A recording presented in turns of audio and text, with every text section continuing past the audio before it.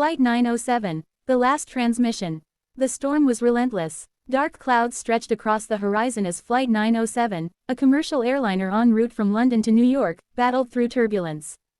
Captain James Carter, a veteran pilot with 20 years of experience, gripped the controls firmly. The aircraft shuddered as wind currents battered its fuselage. "Stay calm, everyone," he announced to the passengers, his voice steady despite the chaos.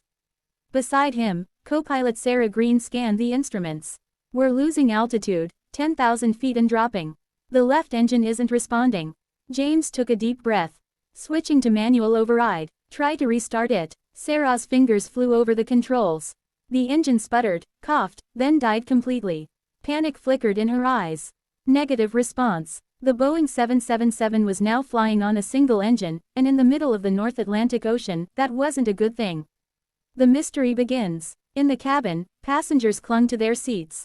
Among them was Dr. Alan Pierce, an aerospace engineer heading to a conference in New York. He noticed something strange. This wasn't just a typical engine failure. The aircraft's entire electrical system was flickering. Alan unbuckled his seatbelt and made his way to the cockpit. "Captain, I think there's more going on than just an engine failure." James frowned. "This isn't a good time, sir. Please, just hear me out. The way the instruments are fluctuating, it looks like an external electromagnetic disturbance. This could be more than just mechanical failure." Sarah glanced at Alan. "Are you saying we're being interfered with?" Alan nodded grimly. "It's possible." Just then, the radar screen went black. The radio crackled, but no signal came through. The aircraft was completely cut off from the outside world. James tried contacting air traffic control. "Mayday, Mayday, this is Flight 907. We are experiencing engine failure and loss of communication. Request emergency landing guidance." Silence. Then, something unbelievable happened. The strange light. Outside the cockpit window, a blinding white light appeared out of nowhere. It hovered in the distance, pulsating like a living entity. The plane's controls started behaving erratically. The altimeter spun wildly, the speedometer froze, and warning lights flashed all over the dashboard. Sarah gasped. "What is that?" James didn't answer. His mind raced with possibilities. Was it military technology? A weather anomaly? Something else? The passengers, too, saw the light. Fear spread through the cabin. Some whispered prayers, others clutched their loved ones. Then, just as suddenly as it had appeared, the light vanished, and with it, Flight 907 disappeared from every radar in the world. A place beyond time. When James opened his eyes, everything was silent. The turbulence was gone. The storm had vanished. The cockpit instruments were still on, but something was off. The navigation system displayed unknown coordinates. The radio emitted only static. Sarah's voice was barely a whisper. "Where are we?" James looked out of the window, and his breath caught in his throat. Below them was land, but it wasn't any landmass they recognized. There were towering green mountains, rivers of glowing blue water, and, most bizarre of all, massive metallic structures floating in the sky. Alan stumbled into the cockpit. "Captain, I don't think we're on Earth anymore."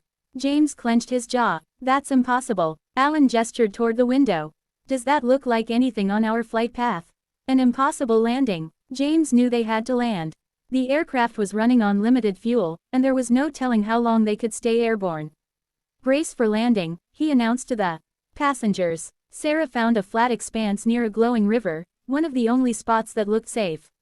With careful maneuvering, James guided the aircraft downward. The moment the wheels touched the surface, a strange energy pulse surged through the plane. The entire aircraft shook violently. Sparks flew from the dashboard. The engines shut down completely. And then, silence. The new world. Passengers unbuckled their seatbelts, looking around in awe and terror. Outside, the sky was deep violet, and the air shimmered as if infused with electricity. A group of people stepped out hesitantly. The ground beneath them was soft, almost like sand, but it had a faint metallic sheen. Then, from the distance, figures appeared. They were humanoid, tall, with luminous blue eyes and silver skin. They carried no weapons but radiated an aura of authority.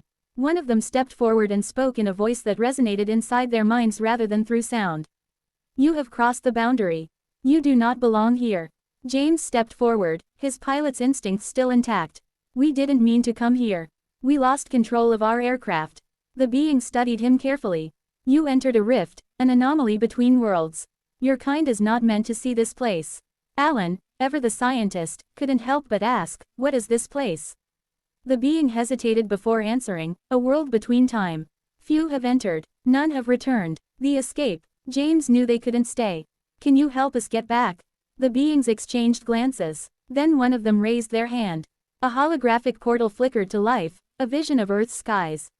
You have one chance. Fly through the gate before it closes.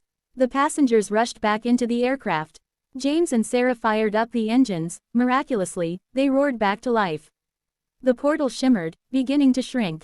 James pulled the controls. Hold on. The Boeing 777 surged forward, picking up speed. The strange world blurred around them as the aircraft pierced through the portal. And suddenly, they were back in the storm, right where they had left. The radio crackled. Flight 907, we lost you for a moment. Do you copy? James and Sarah stared at each other. Time hadn't passed, but they knew what had happened. They had been somewhere else. As they landed safely in New York, no one spoke of what they had seen. But each passenger knew one thing for certain. Flight 907 had gone where no aircraft had ever gone before. And returned. The last question. Days later, Alan analyzed his watch. It had stopped for exactly 15 minutes, the same duration they had disappeared from radar. He looked up at the night sky, a single thought haunting him. Had they really escaped? Or had something followed them back? The end. This is a mystery sci-fi thriller blending aviation, adventure, and the unknown. Let me know if you want any tweaks.